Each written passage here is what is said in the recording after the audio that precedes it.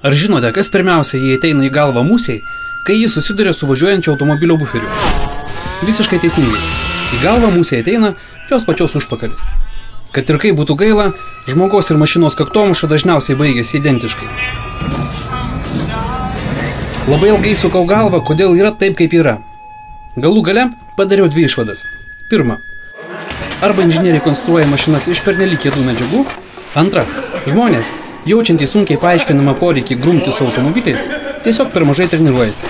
Antai Kyokushin karate mokyklos įkūrėjas legendinis Oyama per savo karjerą surengė 100 kovų su įnirtusiais buliais ir plikomis rankomis sugebėjo nudobti 47 gyvus. Net 4 iš jų krito nuo vienintelio kumščio smūgio. Jei šios legendos nėra laužtos iš piršto, tikėtina, kad į panašų smarkuolį atsitrenkusi sena audinė būtų nebetinkama tolimesnė eksploatacijai. Bet nepabandęs nesužinosi. Juo labiau, kad pabandyti šį kartą kur kas paprasčiau negali pasirodyti iš pirmo žvilgsnio. Kyokushin karate pasaulio čempionas Paulius Klapatauskas sutiko priimti Top Gear Lietuva komandos iššūkį ir patikrinti, kokius automobilių tvirtumo galvosukius galima išspręsti plikomis rankomis ir kojomis.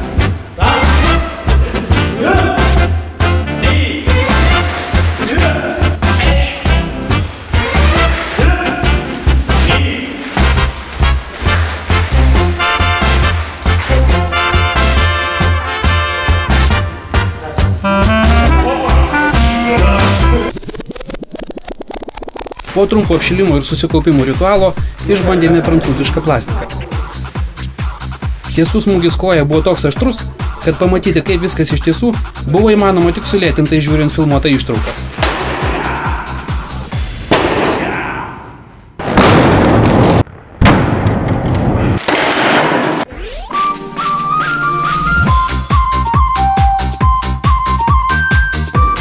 Antroje jėgos rungtyje mūsų laukia Volkswagen Polo buferis, paguldytas ant atsilinkimų suoliuko konstrukcijos.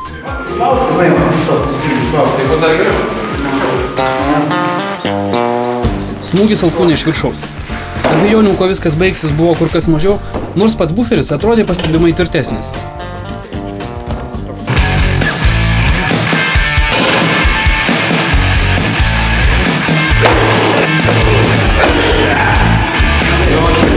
Iš tiesų, Pauliaus ranka tarsi žaibas perskrudė kietąją plastiko konstrukciją, tačiau didžioji buferio plokštumos dalis tik įplyšo.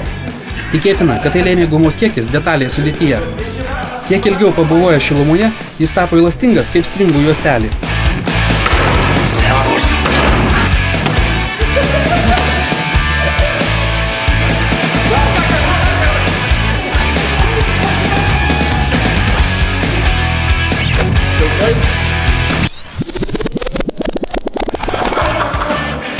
Pradėję trečiąjį eksperimentą, netrukome įsitikinti, kad tokia buferio kondicija niekaip neįtakoja eismo saugumo ir traumatizmo.